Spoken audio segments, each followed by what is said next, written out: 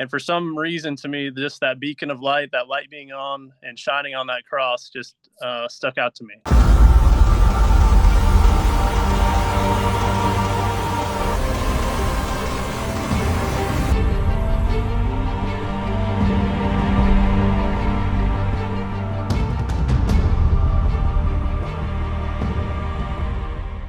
Hey, F3 Omaha, welcome back to another edition of Q-Source TV, where we explore the F3 Manual of Virtuous Leadership, or Q-Source.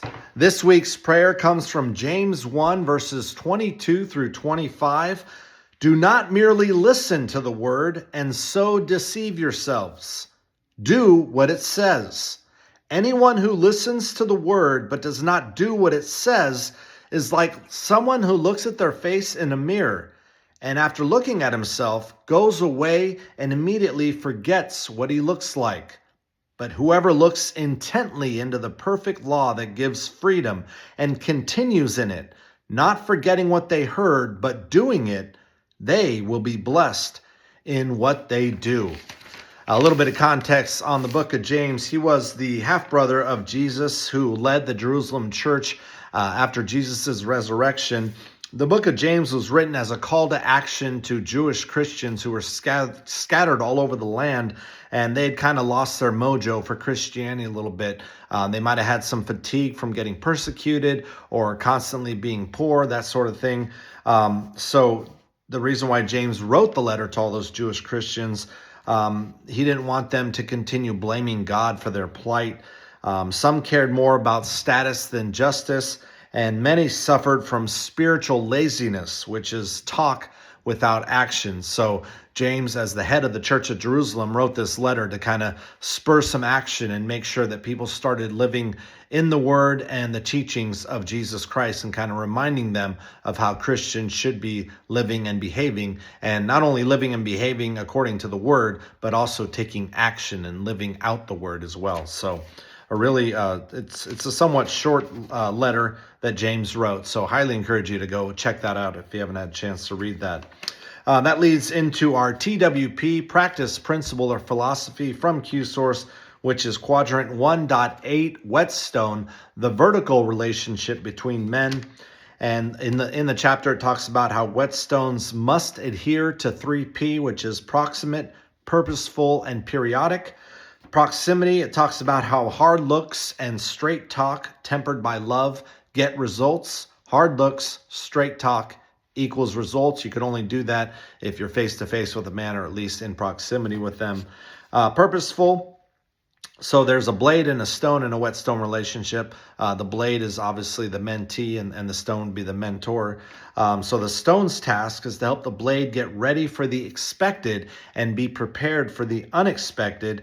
And the way he does this is by encouraging him to turn pro and providing him with the bricks he will need to build his own guardrails. So the thought is this is more of a mentor-mentee relationship, unlike the shield lock, which is more a horizontal relationship between like-minded and like-life brothers. So there's a little different relationship here.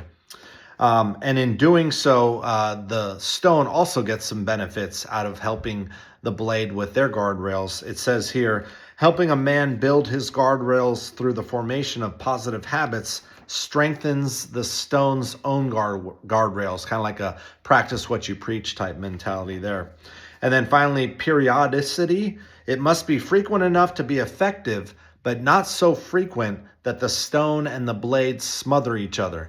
So I think that's pretty self-explanatory. And just like the shield lock, where it's really up to the men in the whetstone to come up with a schedule and a meeting place and kind of the cadence of how their whetstone relationship is going to go, that's really up to each individual whetstone relationship. But Q-Source certainly does provide some guardrails, if you will, in how to form that and how to be effective with it.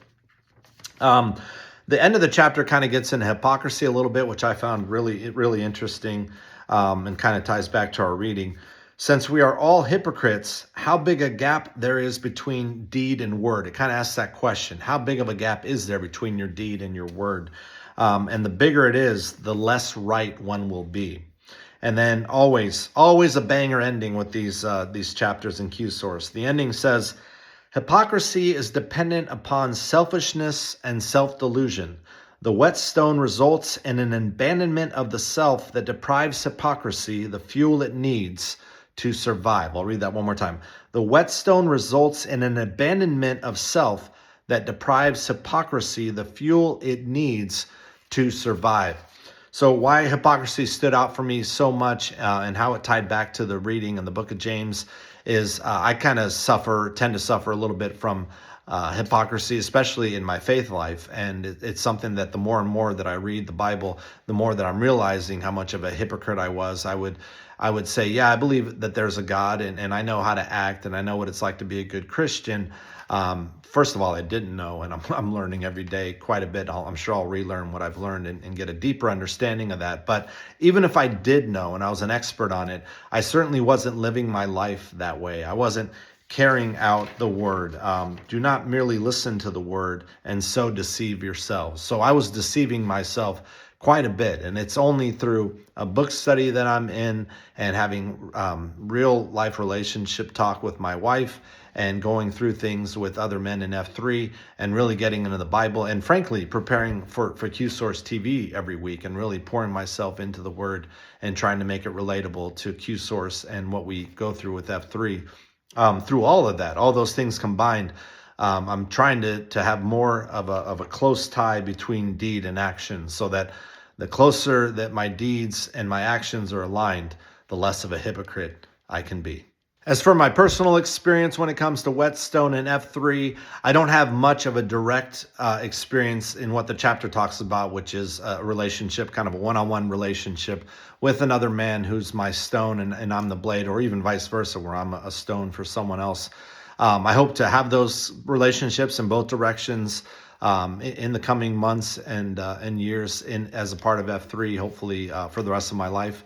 And continue to learn from someone who's been through something I'm going through in life or trying to get better at in life, or where I need to be sharpened, if you will, but also passing on any wisdom or knowledge and helping someone else's life that's up and coming through the ranks of F3 or even just in life, trying to help them out. But I can see the benefit of what a Whetstone relationship would do. I can only say that with the authority that I get bits and pieces. There's definitely over the past 13, 14 months of being an F3, there's definitely been a lot of times where I have gotten sharpened quite a bit actually by certain individuals. And it's a different guy every week, to be honest. It's a different guy every beatdown. So I can definitely see where an intentional relationship where you have goals and you set up parameters and a stone is sharpening me specifically in my situation and my needs and setting up guardrails that fit my life. I could see where that would be an awesome idea, and I can't wait, and I'm excited to do that. But in the meantime, I'm just kind of nibbling on a little bit of sharpening here and there wherever I can get it, and I hope that I've provided some sharpening for some folks out there as well. All right, let's get to this week's Q. It's none other than my friend Speed Bump. Can't wait for you guys to see the interview, but first, let's get to know him a little bit. He's the current Northwest Omaha Weasel Shaker. He's a sub-region founder of Valley, and he's the former site founder and site Q of Beacon Valley. His name is Eric Novotny. He joined in February of 2023, and he is a software delivery manager for Mastery Logistics Systems. He was born and raised in Omaha, Nebraska. He went to Creighton Prep, home of the Blue Jays, and he was in the same business class at UNO as his M. And there may have been a coincidental meeting at O'Brien's Lounge after Class 1 evening, so that's how we met and got to know his M. His hobbies include spending time with his family, hunting, fishing, boating, UNO hockey, and socializing with friends. And he defines a leader as a person who inspires and influences another individual or group to achieve a set goal. Often, a leader motivates the individual group to be at the top of their performance in the process. I honestly don't know where to begin with Speed Bump. He truly is a top 3 him for me in F3 Omaha. He's one of those guys I could call at any hour of the day. And he would be there right away and help me out with whatever I needed. If I needed $5,000 cash, he'd find a way to round it up and get it to me. And then, couple weeks later, probably talk about how I'm going to get it back to him. But he's probably like that for a lot of guys, but he's definitely that way for me. And going through F3, especially the first month or so, can kind of be confusing. There's a lot of things going on. You're learning a lot of new vocabulary. Things are happening to you. And if you read Free to Lead, you can kind of get an explanation of it, but you're still feeling it and you're still trying to understand. For someone who never got up at 4 something in the morning, how the hell am I doing this? Why am I going out here? Why am I giving hugs to all these men? Why am I telling them all these things about me when I just met them? And somebody like Speed Bump getting you through that first 30, 60, 90 days, whatever it is, and maybe it's less for him and maybe it's longer for others. Maybe it's not at all for some, but it was for me kind of a transitional period, trying to learn, trying to feel what F3 was about, to be honest. You can read about it, you can learn about it, but you really got to feel it. And one guy that really gets in his feels and really makes you feel better about what you're going through, and kind of exemplifies and sums up everything that you're probably going through, is Speed Bump. And I've leaned on him quite a bit. We've had a lot of long conversations outside of the gloom, and just he's been able to help me make sense of it all, and he's been a guide to me. And when he says anything you need, let me know, I know that there's truth behind that, and that goes for a lot of guys in F3. But for whatever reason, there was just a connection with Speed Bump early on that has sustained throughout. And like I said, he's just, for me, one of those top 3 go-to guys for me when it comes to F3. He's a guy who I have no problem telling him I love him. He says it all the time. And that's what I mean. I mean, you hear all these things about what F3 is about and these deep male relationships.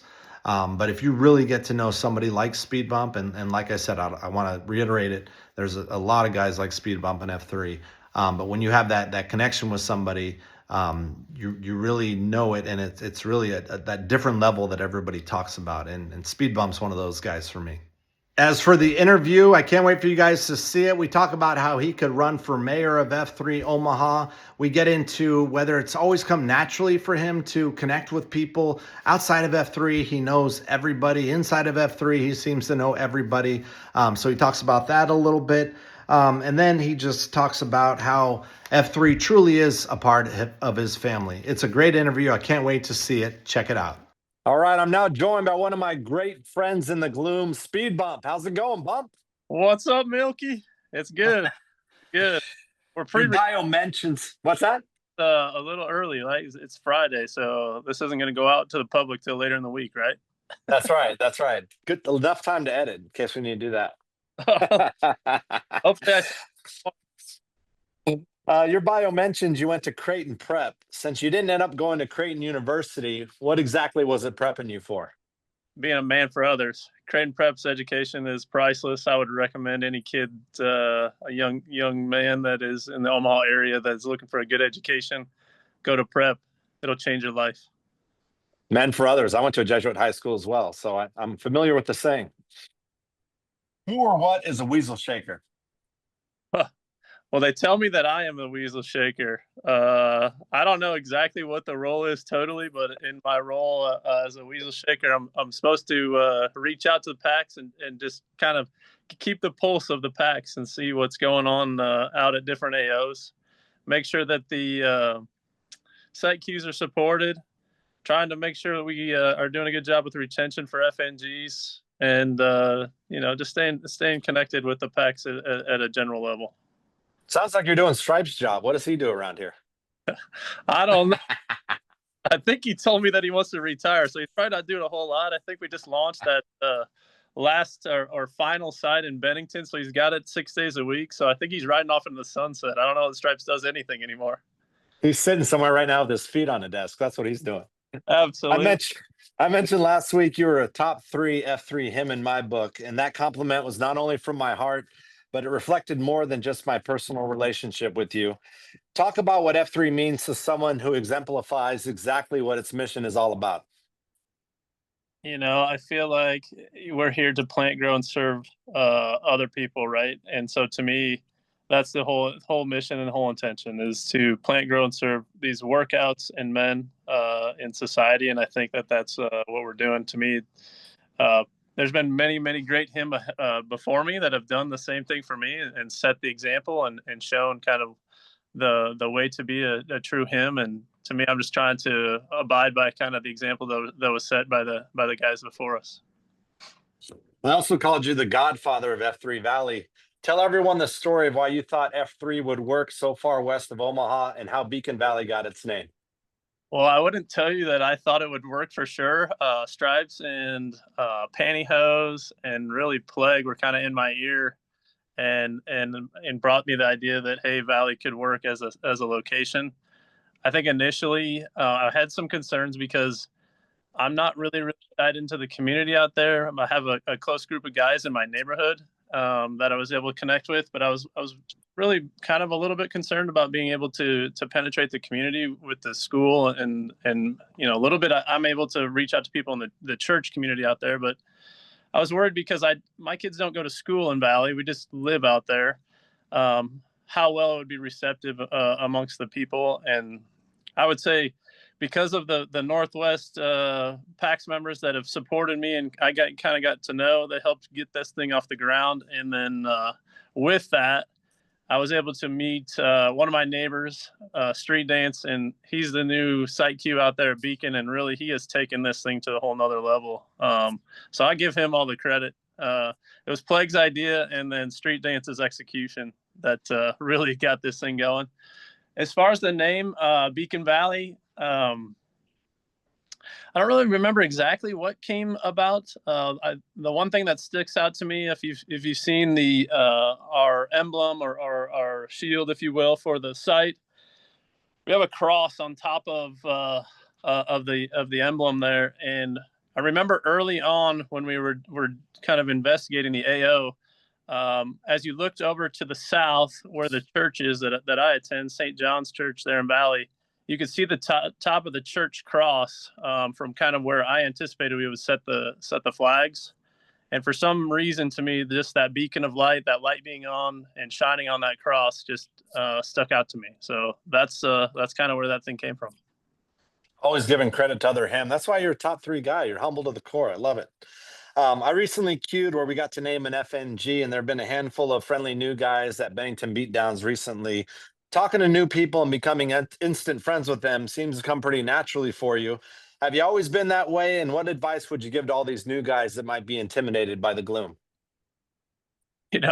I feel like I got asked this similar question in my podcast with Plague and Stripes, and I feel like I get more credit for being friendly and nice to guys and engaging. I don't know. I guess maybe it just does come natural. To me, it's just the right thing to do. I mean, someone has showed up and doesn't know what's going on in a workout. What better way to meet them and kind of meet them where they're at than ask them, what's going on in their lives, try to figure out who they are, what motivates them.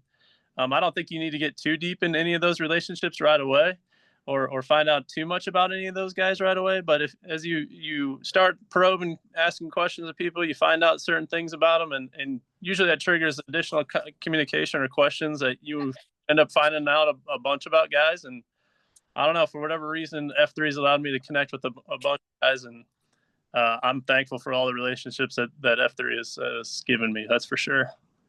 We might have to edit this out. I'm not trying to plagiarize the Plague and the gloom. So we'll see if we keep that in or not. If F3 Omaha held elections, you could run for and win the mayoral office. If you were the Nantan of F3 Omaha, what would your platform look like, and how would you further improve a leadership group that seems to keep growing and getting better week after week? It's hard to deviate kind of from our current Nantan's path, I would say. Tater really has set the bar, in my opinion. And, I feel like he's one guy that maybe is trying to find some retirement or move on to the sunset, off into the sunset, and maybe do something different, pass that role on. But he really epitomizes and is everything that is F3. There's nothing better than showing up to a beatdown and Tater's there, and you just get to see his big smile, right? And he's warm and welcoming.